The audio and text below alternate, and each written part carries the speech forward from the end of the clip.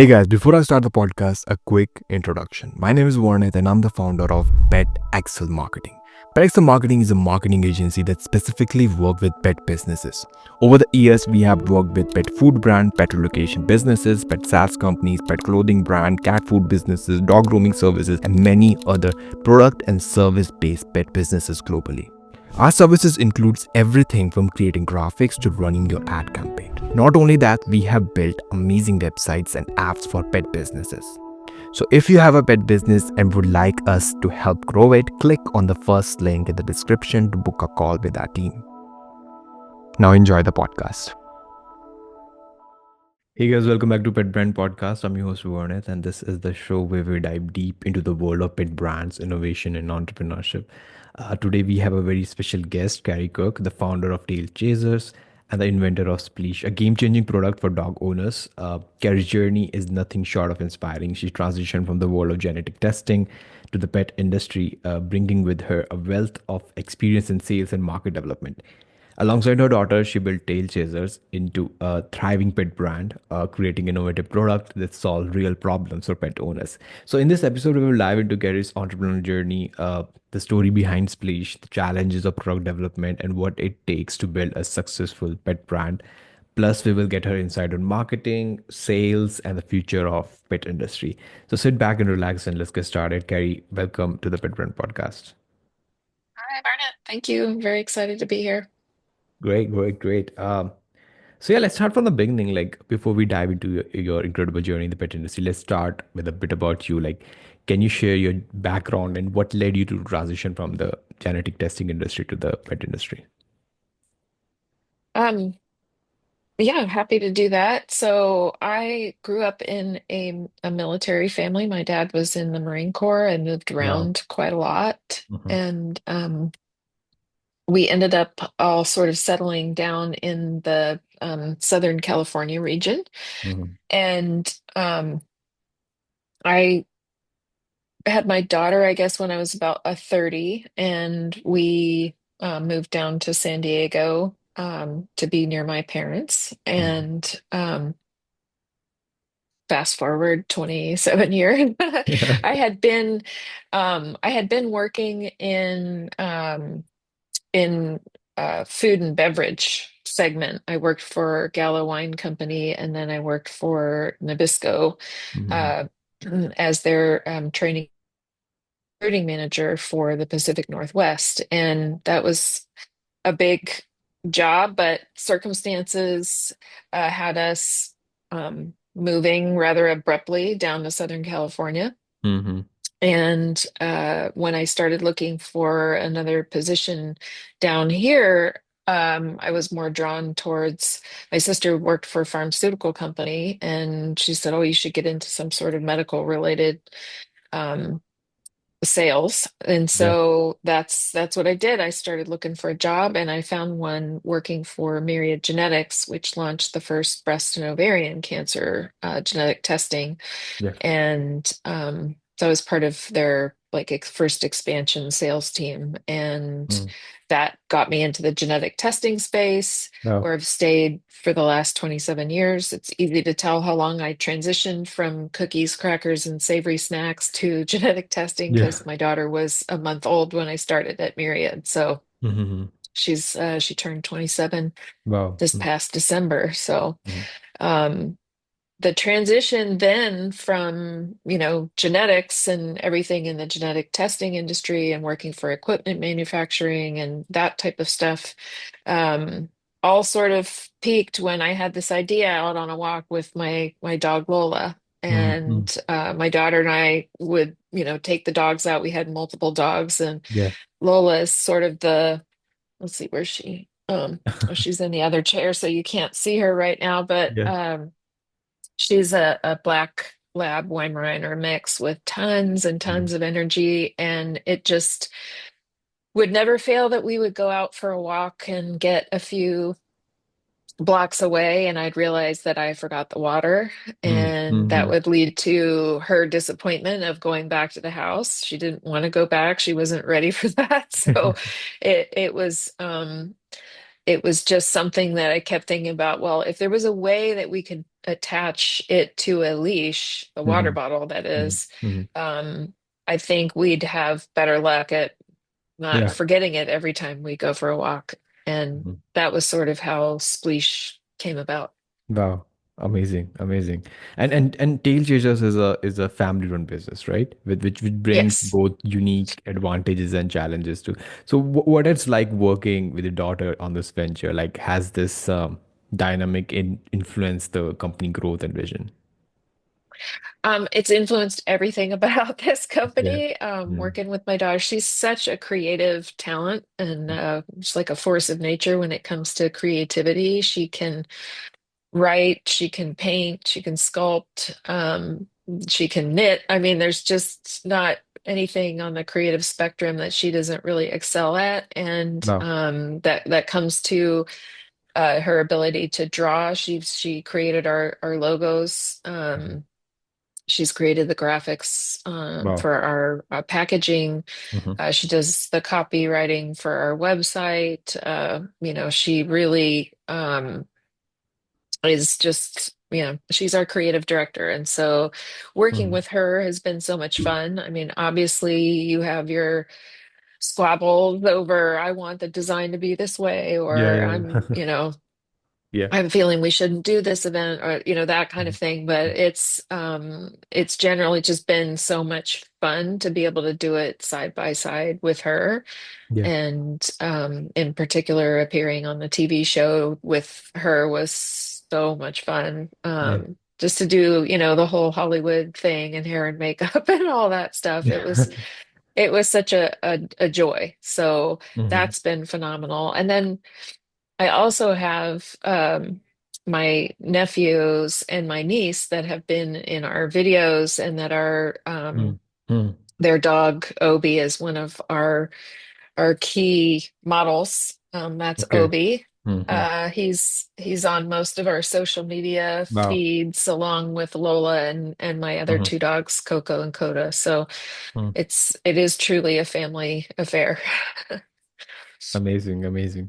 And also, like building a product to life, like isn't as simple as having the idea, right? Anybody can have the idea, but like actually starting it from scratch and then, making it market and everything. So can you walk us through the process of designing and prototyping Spleash? Like how long did it take from the initial concept to the finished product?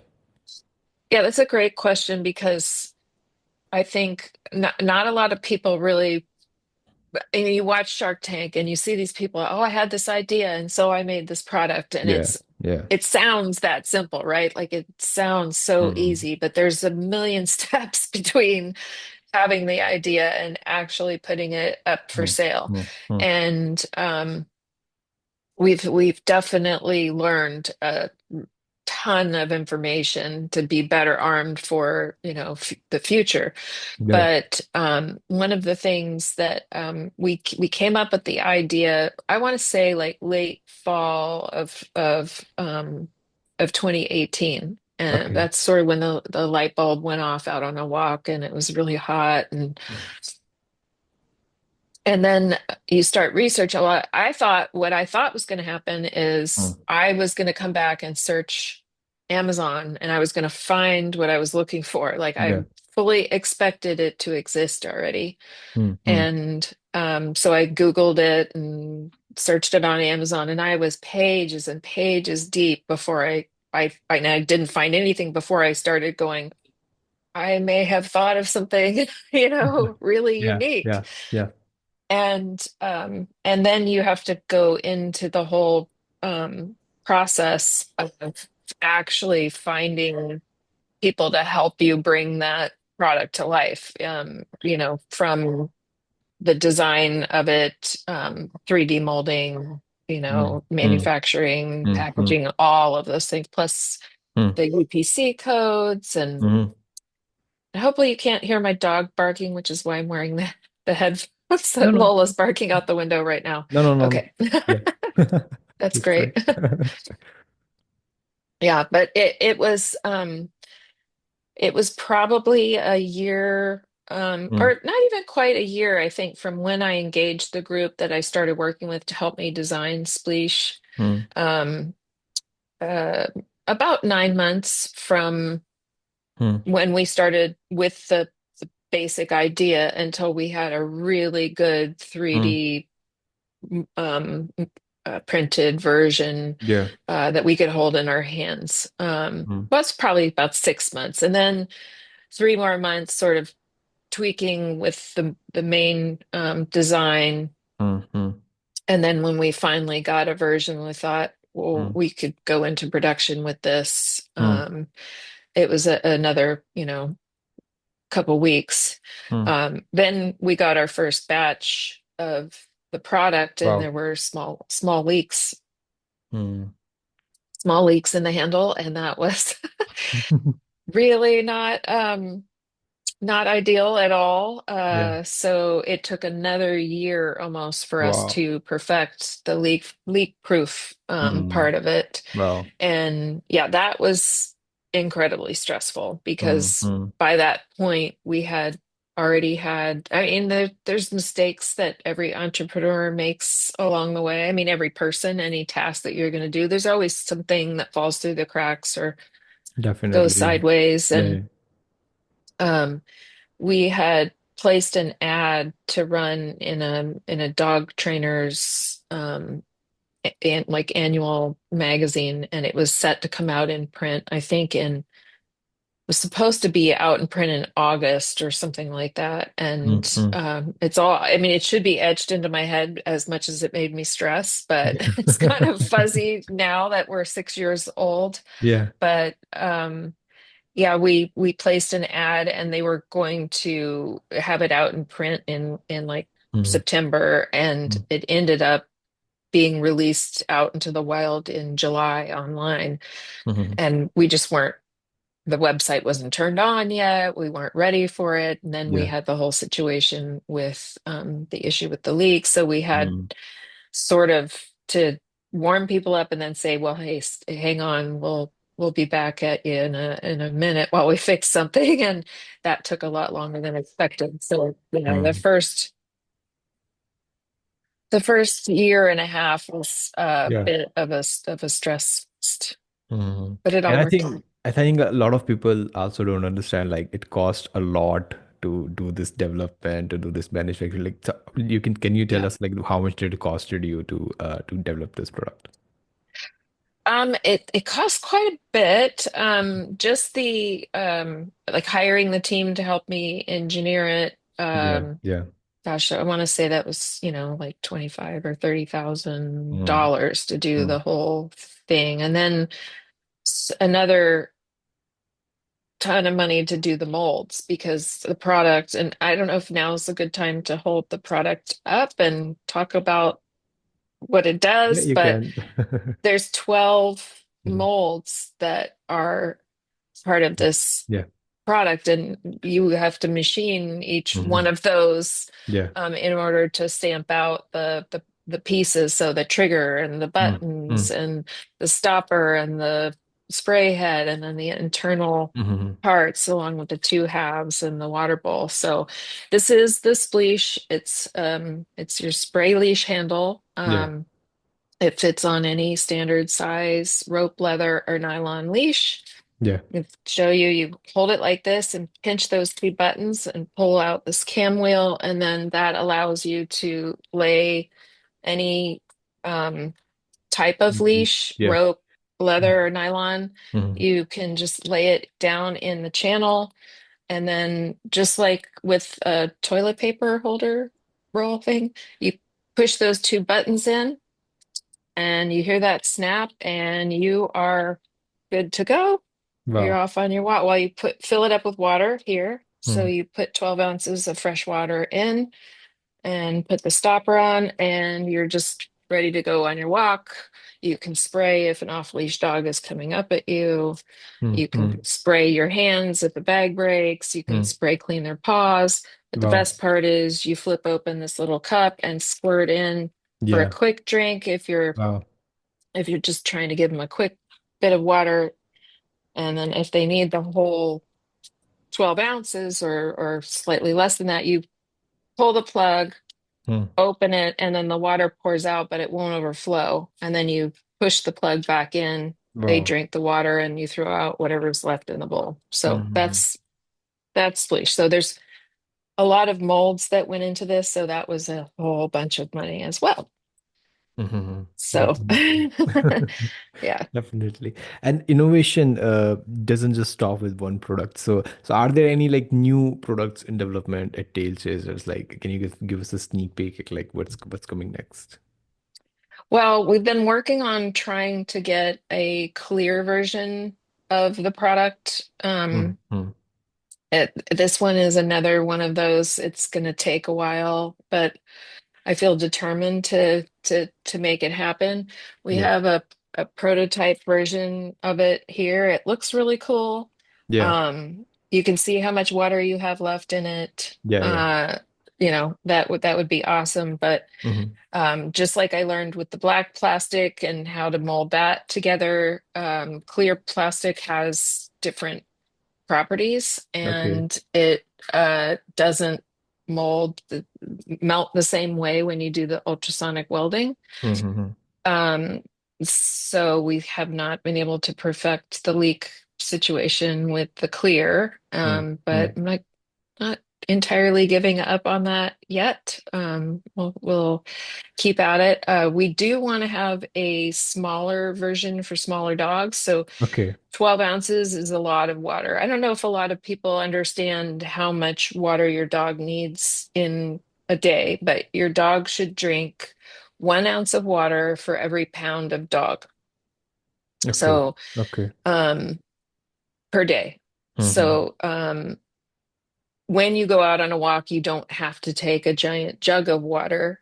I have heard it's not big enough. We go out with a gallon of water on our walks. Well, that's a lot of water to Yeah. carry around. It'd Yeah. be kind of heavy. Mm-hmm. But you just need enough to keep them hydrated so they aren't dehydrated and they're not going into heat stroke. Mm-hmm. And 12 ounces of water should be really enough for that, to accomplish that. Mm-hmm. And but for smaller dogs, it's a big amount of water to take. What I tell people now is if you have a smaller dog, just fill it up halfway. Yeah. It's, It's enough. Yeah. it'll be enough for a small dog. And I have two Chihuahua mixes too Okay. who Mm. enjoy drinking from Spleash. So I've definitely tested it out on the small dog Yeah. market as well. Mm-hmm. But we do want to make a smaller version, maybe that would hold about 6 ounces of water and have a Mm-hmm. smaller, grip profile for those with arthritis and things like Mm-hmm. that. So Mm-hmm. Yeah. And I forgot to yeah. ask, like you must have patented the design, right? Yes, we have two Mhm. patents on the Mhm. design. Yes, Mhm. utility patent and method. So the Mhm. Mhm. utility and method. And So how does the process look like for it? Like, how does you guys like apply for it? How does that look like? for the patent Yeah. process, Yeah. yeah, that was also another big expensive undertaking. First things first was just me searching the USPTO, Patent and Mm-hmm. Trademark Office Yeah. website for, dog products that had water. Mm. And again, that was all part of the process before I even embarked on finding the manufacturing help and the Mm. design help. I wanted to make sure that this was something truly unique and that we could Yeah. patent it. Mm. So then you have to pay somebody to do an actual patent search for you to make sure like you didn't miss anything when you did it. You engage a patent attorney, and I actually looked out through my biotech work, finding somebody in that space Mm. who is used to patenting way more complicated things than a Yeah. water bottle for Yeah. Yeah. dogs. Yeah. And they had a patent agent who had time in order to help me get my patents squared away he had great experience. Mm. Mm. So using a patent agent is to help you do sort of the heavy lifting of it is a little bit more budget friendly than a patent attorney, but he worked with a patent attorney. So Yeah. yeah, that was an expensive process. But then, you go through the um, how to write the patent, how to make sure you're capturing all the features, what's going to make yours unique and different from anything else on the market, and read through everything, and then you submit and wait and wait and wait. And so I think we ended up submitting it in late 2019, and we didn't get the patent until 2022. So it Wow. was quite a long wait, Mm, mm, and then we got the second patent just last year. okay. So yeah, it Hmm. was Love it. yeah, always a long process. Talking more about the brand building and marketing side of things, many pet entrepreneurs struggle to land their first customers. So, what approach did you take to attract your initial buyers, and like what lessons did you learn from that experience? That's a great question. Again, because I was coming at this from never having owned a business, never, I mean, I have been in sales and marketing, for my career in the Yeah, biotech yeah. space, which is just way different than a Mm, direct to consumer pet product.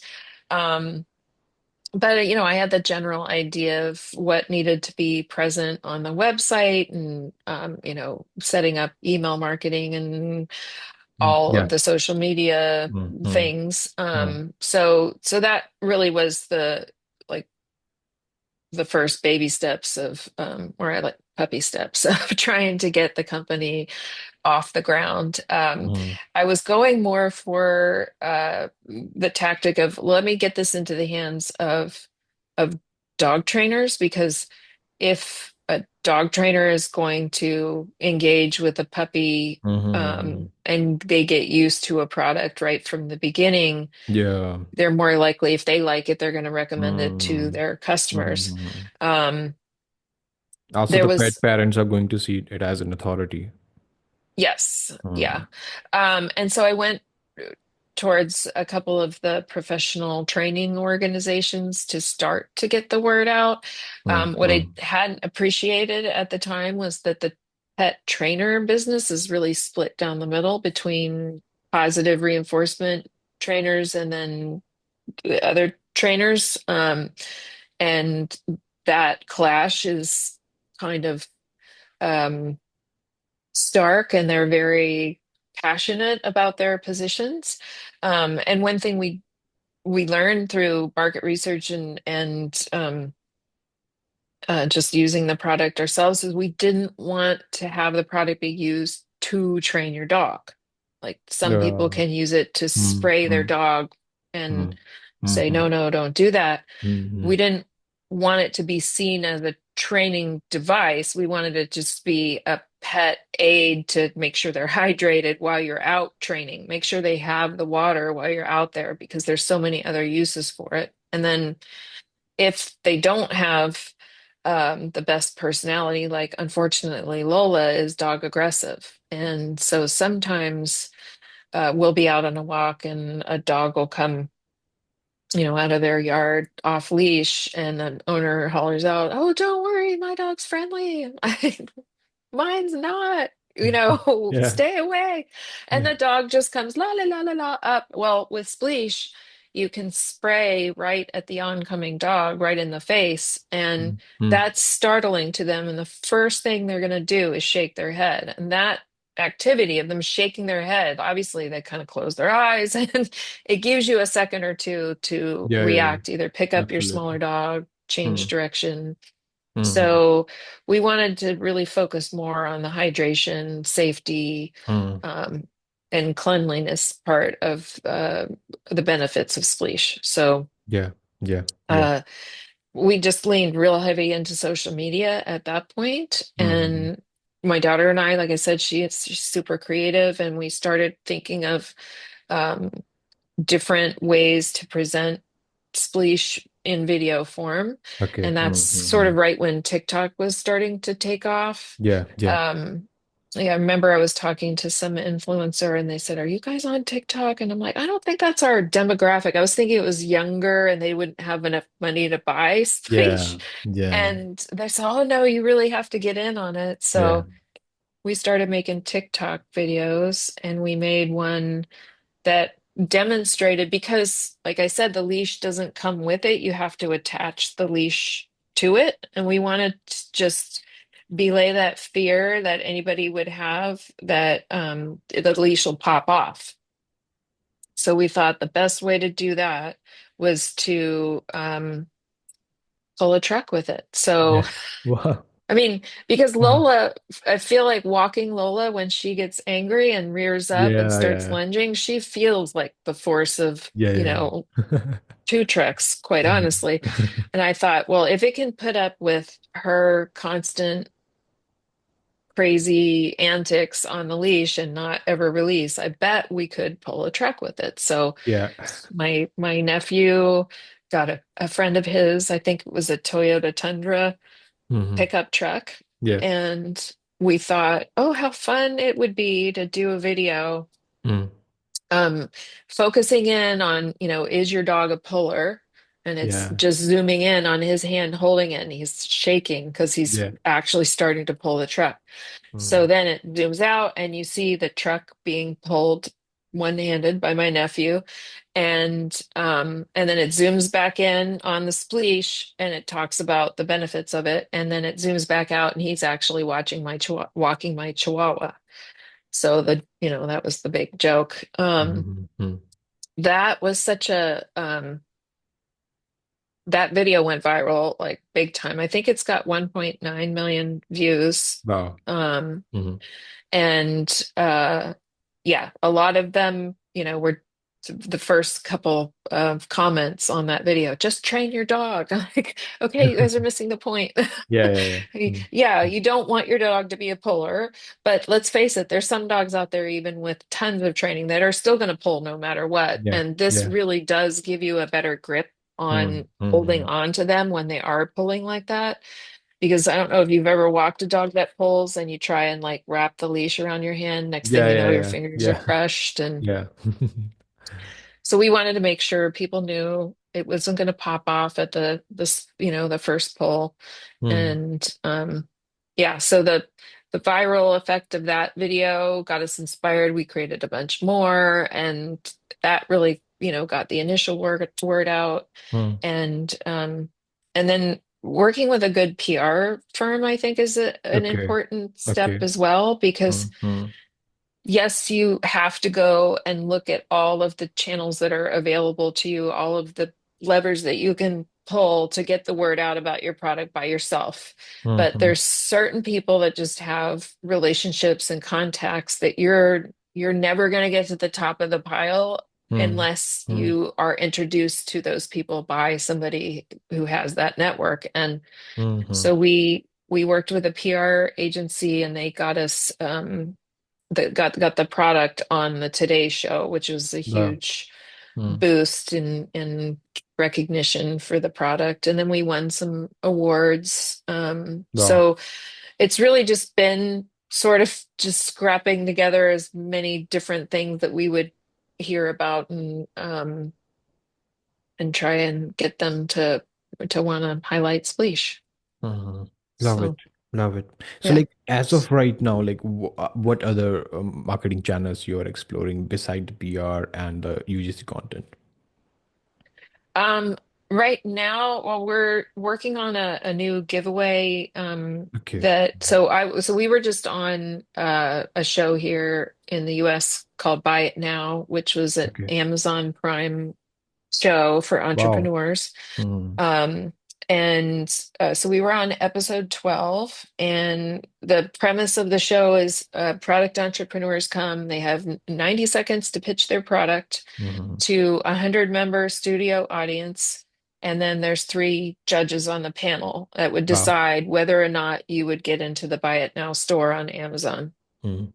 which was open during the holiday season. So you really wanted to get in the Buy It Now store, and you really wanted the judges to give you, their approval. But more importantly, I felt like I really wanted to hear what the audience was going to say about Yeah.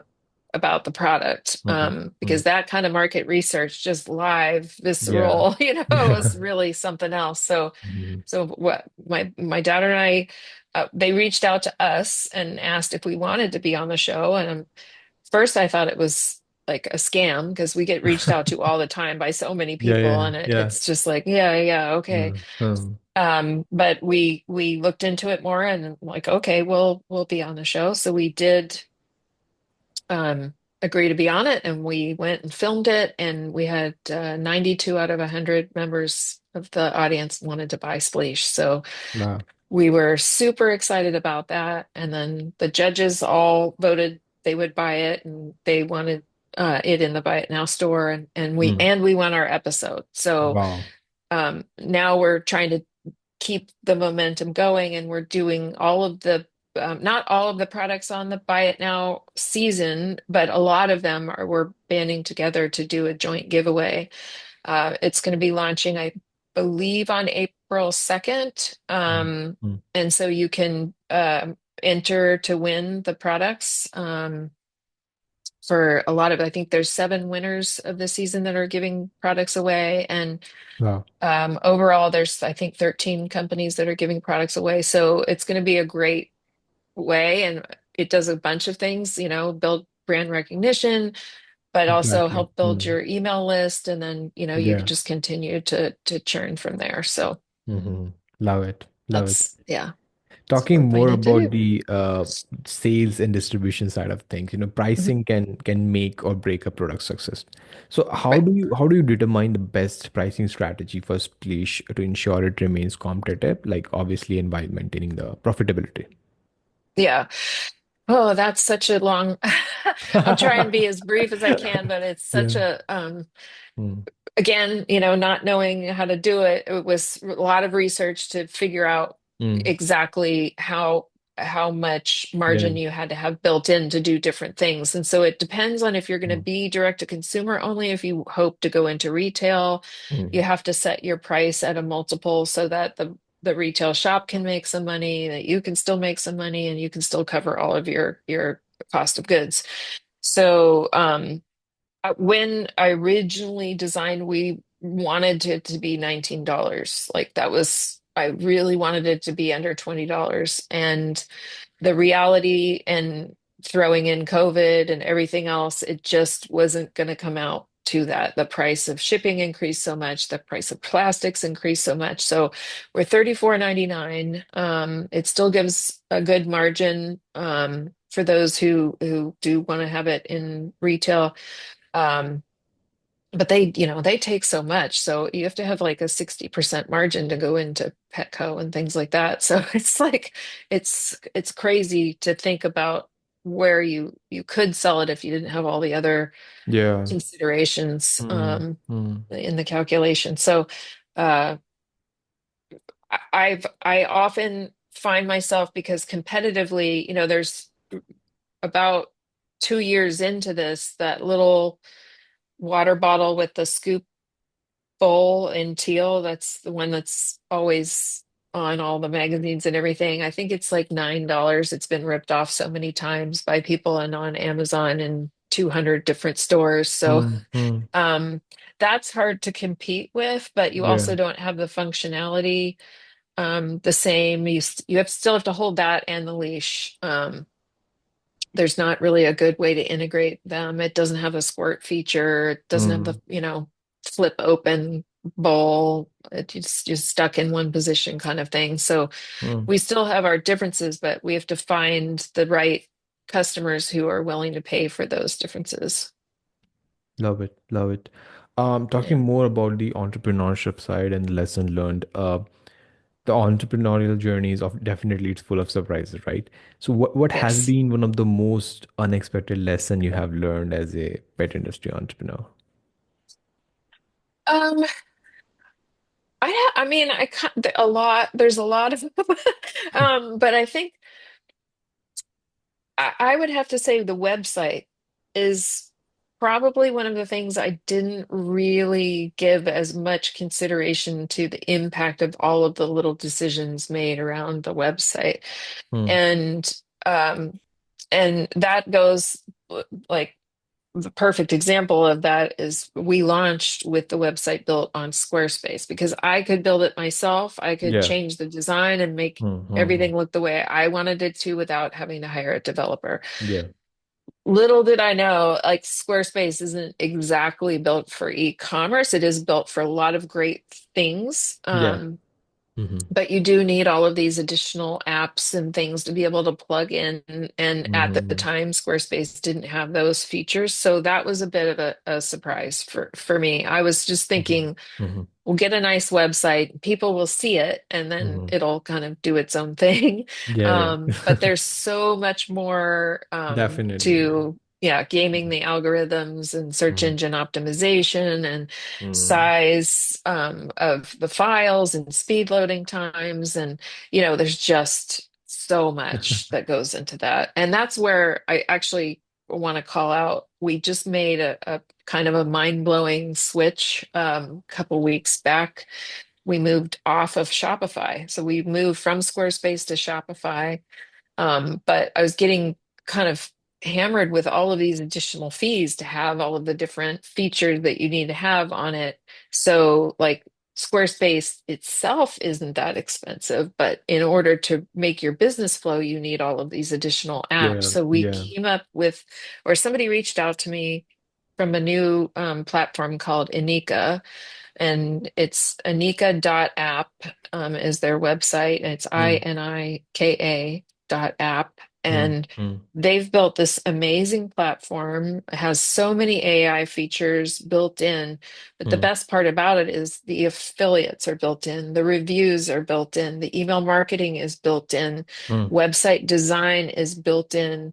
Like, they white glove deliver everything to you. They do it all for you, and it just is so reasonable and affordable. It's mm, ridiculous. So I mm, can't speak enough about Yash and his crew and how well they have worked to build their platform. mm. But we're rolling out new features constantly, Yeah. and yeah, super excited for all of the AI things that's going to enable us to do. Mm-hmm. Definitely, definitely.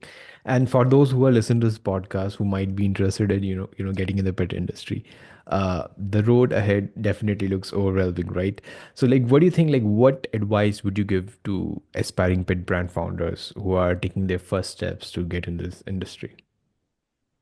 Well, there's so many resources out there. It's almost overwhelming if you just kind of Google how to do Yeah. stuff. Yeah. But there's some really great organizations that I work with that Mm, have helped me tremendously understand which areas I needed to focus on and what the behind the scenes deal is with, going to Super Zoo versus Global Pet Expo and different things like that. And the American Pet Professionals has a network established by somebody who's been in the business for a long time, but yeah. also understands the PR angle and producing events and those types of things. So I highly recommend American Pet Professionals as an organization to look into and join.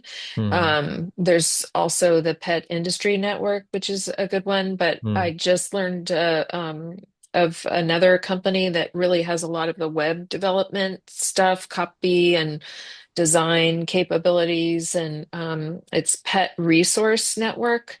okay. And yeah, well, it's called Pet. I don't want to get it wrong, but it's her is how she kept calling it, but petindustryresource.com. It's Okay. Okay. petindustryresource.com. Hmm. And Taz has built a great team there to help sort of wade through a lot of the junk and get you to where you need to go in Yeah. the pet industry. Hmm. Love it. Talking more about the community side of things, Tail Chasers isn't just about selling product, it's about making a difference. Your Mhm. partnership with pet partners reflect that commitment. So why was Yeah. it important for you to align with the cause, and how did you choose this particular organization? Yeah. Well, so the reason why we align with the cause is very personal, and it's like my daughter and I were sort of trauma bonded together through Okay. an event that happened when she was just under 11 years old. And Okay. we both had to testify in court, and she had to testify in court. And it was a very stressful and incredibly nerve-wracking experience. And we had the benefit of a therapy dog that came to sit with her in the hallway when we were Wow. waiting for Hmm. her turn to testify. Hmm. Hmm. Hmm. And the dog that they brought was a yellow lab, and we had a yellow lab at home who was just her heart. Like she just loved Layla so much. So having this yellow lab sit with her in the hallway was the perfect distraction to keep her focused on the dog and not focused on all the drama that was happening in the courtroom. Hmm. And so we wanted, when we came up with, Spleash and TailChasers, we really didn't, it's not just about selling and making money. We wanted to help pet parents improve the lives of their lives and their pets' lives, but Definitely. bring awareness to something that is so necessary out there. So not every court in the United States allows therapy dogs to do that. And so we wanted to raise the awareness level that it should be allowed, and B, Hmm. help fund more therapy dog teams. So each year we donate to Pet Partners a portion of Wow. our proceeds, and try and get more therapy dogs certified than the year before. So, Hmm. um, if any of the people out there listening want to donate to Pet Partners, it's such a worthy cause. And not only do they help with therapy dogs that sit in courts, but they also have the dogs that will help in hospitals and, all of different